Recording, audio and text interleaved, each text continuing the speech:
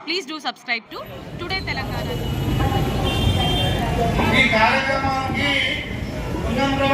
మంత్రి వాళ్ళు రావాల్సి ఉండే వాటి జరుగుతుంది, నాణ్యత లేని పనులు చేస్తున్నారు, ఇబ్బంది అవుతుంది అని చెప్పి ఏ రకమైన కంప్లైంట్ చేయలేదు.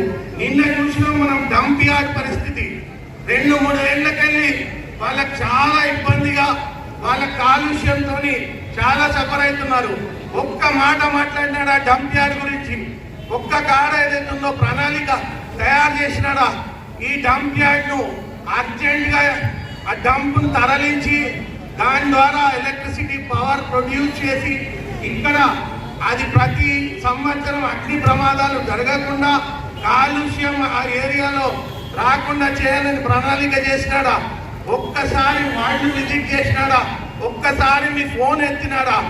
ఒక్కటే పాట, శ్రీరామచంద్రునికి ఓటేస్తున్నారు, బండి సంజయ్ కాదు. ఆయనే చెప్పుకుంటున్నారు, మీరు శ్రీరామచంద్ర స్వామికి ఓటేస్తున్నారు, బండి సంజయ్ కాదు అని.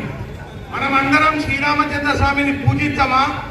మనమందరం ఆలయాల కోమా? నిన్న శ్రీరామనవమి జరిగితే మనం శ్రీరామనవమి జరుపుకోలేదా? కానీ శ్రీరామచంద్రుడు నాదికే ఉన్నాడు, నేనొక్కనే హిందువును అని చెప్పడం న్యాయమా, ధర్మమా? మీరే ఒక్కసారి చెప్పండి. శ్రీరామచంద్ర స్వామి పైనుండి ఆగ్రహంగా ఉన్నాడు బండి సంజయ్ మీద, బీజేపీ మీద. నా బిడ్డల మధ్యలో వైషమ్యాలు సృష్టించి కొంతమంది ఏదైతున్నదో శ్రీరామచంద్ర స్వామి దిక్కున్నారు, కొంతమంది లేరు అని చెప్పే ప్రయత్నం చేస్తున్నాడు. భారతదేశంలో 85% హిందువులం, మనమంతా శ్రీరామచంద్ర స్వామిని కొలిచేటోళ్ళమే.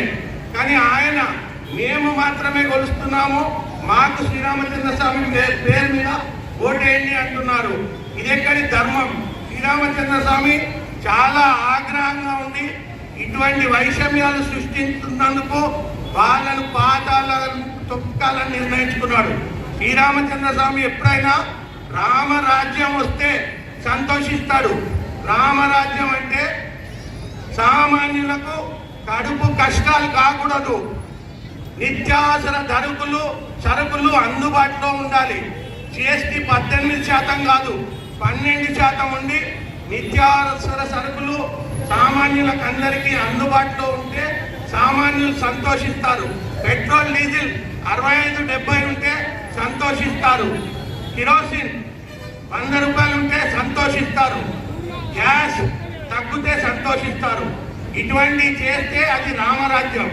కాంగ్రెస్ పార్టీ ఇక్కడ ఉన్న మహిళా మనులందరికీ ప్రతి సంవత్సరం 1,00,000 రూపాయలు మీ అకౌంట్ లో వేస్తా అని మేనిఫెస్టోలో పెట్టింది. కాంగ్రెస్ పార్టీ ఎప్పుడైనా చెప్పింది చేసి చూపించింది. ఇంతకు ముందు కూడా రుణమాఫీ చేస్తామని అన్నారు. వైఎస్ రాజశేఖర రెడ్డి టైంలో కాంగ్రెస్ ప్రభుత్వం చేసింది, చేసి చూపించింది. ప్రతి ఒక్క పని ఏది చెప్తే అది చేసింది. మొన్న 6 గ్యారెంటీలలో 5 గ్యారెంటీలు ఆల్రెడీ మీరు 5 గ్యారెంటీలు మీకు ఇవ్వడం జరిగింది. ఆగస్టు 15 లోపు రైతు రుణమాఫీ ఖచ్చితంగా చేస్తాము, రాజీనామా పత్రం జేబులో పెట్టుకొని ఉండు అని హరీష్ రావు గారికి వార్నింగ్ ఇచ్చినారు సీఎం గారు.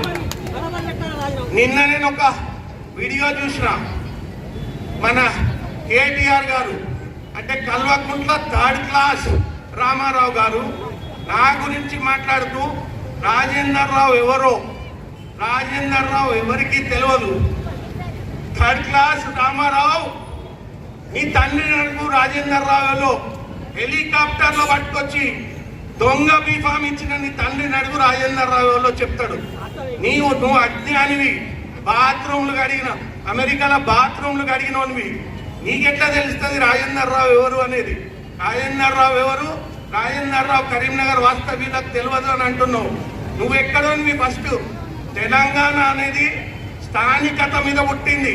తెలంగాణ స్లోగన్ మీరంతా చెప్పింది ఏంది? కేసీఆర్ గారు స్థానికులకే పవర్ రావాలి, అందుకే తెలంగాణ విడిపోవాలి, ఆంధ్ర వాళ్ళు మనం పరిపాలిస్తున్నారన్నారు. మీరెందుకు ఇక్కడికి వచ్చినారు? వలస పక్షులు. కేసీఆర్ ఇక్కడ ఎందుకు కాంటాక్ట్ చేసిండు? కేసీఆర్ ఇక్కడ పుట్టిండా? కేసీఆర్ ఇక్కడ పెరిగిండా? కేసీఆర్ మన మధ్యలో ఉన్నాడా? మరి ఎందుకు ఇక్కడ కాంటాక్ట్ చేసిండు కరీంనగర్లో? కేటీఆర్ కరీంనగర్ లో పుట్టిండా, సిరిసిల్లలో పుట్టిండా? ఎందుకు ఈడ కంటెస్ట్ చేసిండు వెదవా? మరి వినోద్ కుమార్ ఈడ పుట్టిండా? హన్మకొండలో పుట్టిండు. హన్మకొండ వాస్తవ్యుడు. నేటికి కూడా హన్మకొండ. ఆరేపల్లి మోహన్ అన్న గారికి పట్టణ కాంగ్రెస్ ప్రెసిడెంట్ కోమటిరెడ్డి నరేందర్ రెడ్డి గారికి, సీనియర్ నాయకులు అంజన్ గారికి, డాన్స్ మీద ఉన్న అందరూ పిసిసి స్థాయి, డిసిసి స్థాయి, పట్టణ స్థాయి నాయకులందరికీ, అశేషంగా తరలి వచ్చిన నా అక్క చెల్లెళ్ళందరికీ, అన్నదమ్ములందరికీ నా నమస్సుమాంజలులు. పొన్నం ప్రభాకర్ గారు మన మంత్రివర్యులు, ఎమ్మెల్యేలు, కాంగ్రెస్ పార్టీ అధిష్టానము నన్ను కాంగ్రెస్ పార్టీ క్యాండిడేట్ గా ప్రతిపాదించడం జరిగింది. నేను మీకు సుపరిచితున్నే. నేను మిషన్ హాస్పిటల్లో పుట్టాను, సెయింట్ జాన్ స్కూల్లో చదివాను, శాతవాహన ఇన్స్టిట్యూట్ లో పోస్ట్ గ్రాడ్యుయేషన్ MBA చేసినాను. మా నాన్నగారి ప్రతి ఎలక్షన్ లో మీతో మమేకమైతూ మీతో కలిసి మెలిసి తిరుగుతూ ఉన్నాను. అయినా మళ్ళొకసారి నేను చెప్తున్నాను, నా పేరు వెలిచాల రాజేందర్ రావు.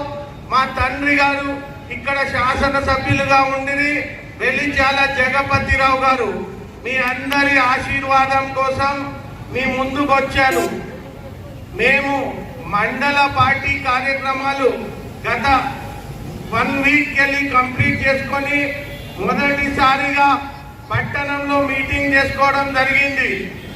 ఈ పట్టణం మీటింగ్ కు రావడంతో కొంచెం ఉద్వేగానికి లోనవుతున్నాను. నాకున్న అనుబంధం, నాకున్న సంబంధాలు, నాకున్న మెమరీస్ మీతో ఏదైతుందో అత్యంత అన్యోన్యంగా మెలిగిన మెమరీస్ అన్నీ నాకు మదిలో మెలగడంతో నేను కొంచెం ఉద్వేగానికి లోనై గుండె వేగంగా కొట్టుకుంటుంది. మళ్ళీ నా అక్క చెల్లెళ్ళను, నా అన్నదమ్ములను ఇంత అన్యోన్యంగా కలవడం జరుగుతుంది అని. ఇప్పుడు నా ప్రత్యర్థులు బోయిన్పల్లి వినోద్ కుమార్ గారు BRS పార్టీ, బండి సంజయ్ గారు BJP పార్టీ, ఆ ఇద్దరికి మీరు చెరొక్కసారి అవకాశం ఇచ్చినారు. అభివృద్ధి ఏమి జరిగిందో మీ కళ్ళ ముందే ఉంది. మా నాన్నగారు ఇక్కడ ప్రాతినిధ్యం వహించినప్పుడు ఈ రోజు కూడా 35 సంవత్సరాల తర్వాత ప్రతి మనిషి మేము తాగే నీళ్లు జగపతిరావు గారు తెచ్చినారు అని ఏలు పెట్టి SRR కాలేజ్ దగ్గర ఉన్న వాటర్ ట్యాంక్ ఆయనే కట్టించినాడు. మార్కెట్ యార్డ్ కాడ ఉన్న వాటర్ ట్యాంక్ ఆయనే కట్టించినాడు. రామ్ నగర్ మార్కెట్ వనస్పతి ప్లాంట్ కాడ ఉన్న వాటర్ ట్యాంక్ ఆయనే కట్టించినాడు. గిద్దె పెరుమాళ్ళు కాడ ఉన్న ట్యాంక్ ఆయనే కట్టించినాడు. ట్యాంకులు ఆయనే, పైప్ లైన్లు ఆయనే, ఫిల్టర్ బెడ్లు ఆయనే. మొత్తం అప్పుడు జరిగిన వాటర్ సప్లై స్కీమ్ తప్ప మళ్ళీ అప్గ్రేడేషన్ కూడా వాటర్ సప్లైకి జరగలేదు. ఈ రోజు మీ అందరికీ 2 రోజులకు ఒకసారి నీళ్ళు వస్తున్నాయి. 10 ఏళ్ల పరిపాలనలో వీళ్ళు చేసింది ఏంటి? 24 గంటల వాటర్ సప్లై ఉండాల్సింది 2 రోజులకు తీసుకొచ్చే పరిస్థితి. ఈ పరిస్థితికి దిగజార్చిన BRS ను మీరు మొన్ననే పొందబెట్టినారు. ఆల్రెడీ మన బండి సంజయ్ గారు దేశంలోనే అత్యంత విద్యావంతుడు, 10th ఫెయిల్, తండ్రి గారి టీచర్ అంటాడు, ఇరిగేషన్ డిపార్ట్మెంట్ లో పనిచేస్తాడు అని అంటాడు. మరి ఎడ్యుకేషన్ డిపార్ట్మెంట్ లో ఇంజనీర్స్ పనిచేస్తారు అని అనుకుంటాడా? తెలియదు. మరి అటువంటి ఎంపీలను మళ్ళీ కోరి తెచ్చుకుందామా? స్మార్ట్ సిటీ అనేది యాదృచ్ఛికంగా కరీంనగర్ పట్టణం ఎదిగింది కాబట్టి, భారతదేశంలో 100 పట్టణాలకు అవకాశం ఇచ్చినారు కాబట్టి రావడం జరిగింది. దాన్ని నేనే తెచ్చినాను అని పోజులు కొడుతూ వినోద్ కుమార్ ఆయన చేసింది ఏమీ లేదు. అది ఆటోమేటిక్ గా ఆటో పైలట్ లో వచ్చింది.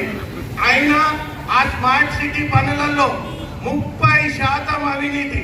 30% అవినీతి అంటే ఈ రోజు డ్రైనేజ్ పనులు కానీ, రోడ్ పనులు కానీ కరీంనగర్ లో ఎక్కడికి పోయినా ఏదైతుందో ప్రజలు ఈ డ్రైనేజ్ సరిగ్గా జరగట్లేదు, ఈ రోడ్డు సరిగ్గా నాణ్యత లేదు, 30% పంది కొప్పుల్లా 30% వేసి అది చేస్తే బండి సంజయ్ క్రికెట్ లో జరిగే మ్యాచ్ ఫిక్సింగ్ ను మన పట్టణానికి తీసుకొచ్చి వాళ్ళతో మ్యాచ్ ఫిక్సింగ్ అయ్యి ఆ 30%లో 15% ఆయన దండుకొని ఒక్క కంప్లైంట్ కూడా సెంట్రల్ విజిలెన్స్ కమిషన్ కానీ ఆరేపల్లి మోహన్ అన్న గారికి పట్టణ కాంగ్రెస్ ప్రెసిడెంట్ కోమటిరెడ్డి నరేందర్ రెడ్డి గారికి సీనియర్ నాయకులు అంజన్ గారికి డాయస్ మీద ఉన్న అందరూ పిసిసి స్థాయి డిసిసి స్థాయి పట్టణ స్థాయి నాయకులందరికీ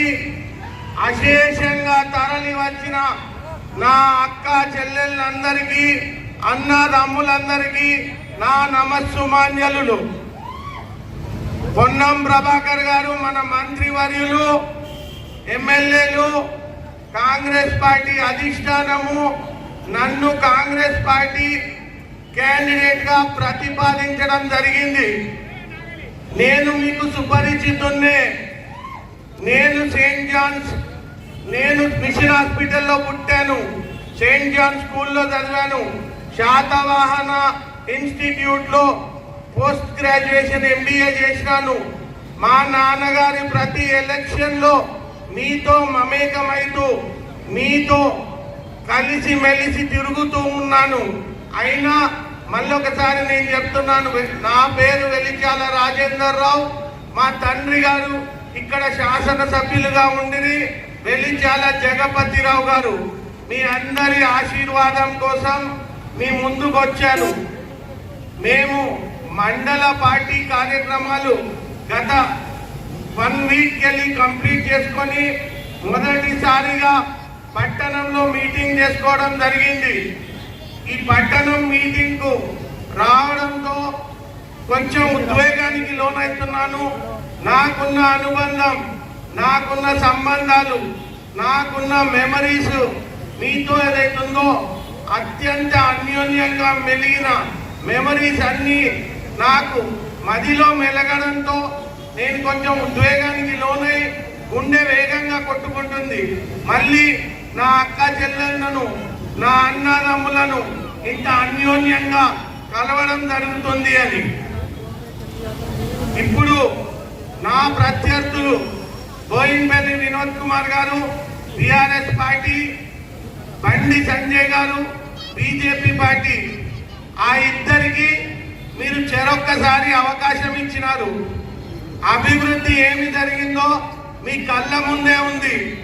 మా నాన్నగారు ఇక్కడ ప్రాతినిధ్యం వహించినప్పుడు ఈ రోజు కూడా 35 సంవత్సరాల తర్వాత ప్రతి మనిషి మేము తాగే నీళ్లు జగపతిరావు గారు తెచ్చినారు అని ఏలు పెట్టి SRR కాలేజ్ దగ్గర ఉన్న వాటర్ ట్యాంక్ ఆయనే కట్టించినాడు.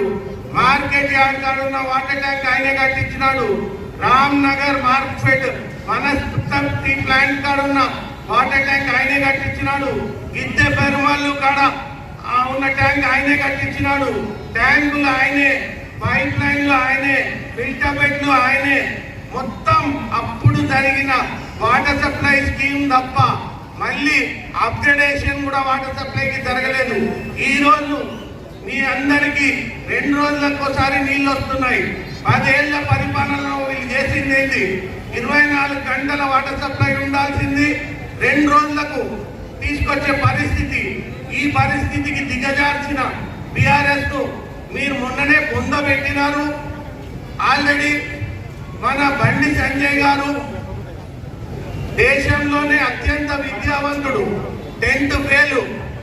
తండ్రి గారి టీచర్ అంటాడు, ఇరిగేషన్ డిపార్ట్మెంట్ లో పనిచేస్తాడు అని అంటాడు. మరి ఎడ్యుకేషన్ డిపార్ట్మెంట్ లో ఇంజనీర్స్ పనిచేస్తారు అని అనుకుంటాడా? తెలియదు. మరి అటువంటి ఎంపీలను మళ్ళీ కోరి తెచ్చుకుందామా? స్మార్ట్ సిటీ అనేది యాదృచ్ఛికంగా కరీంనగర్ పట్టణం ఎదిగింది కాబట్టి, భారతదేశంలో 100 పట్టణాలకు అవకాశం ఇచ్చినారు కాబట్టి రావడం జరిగింది.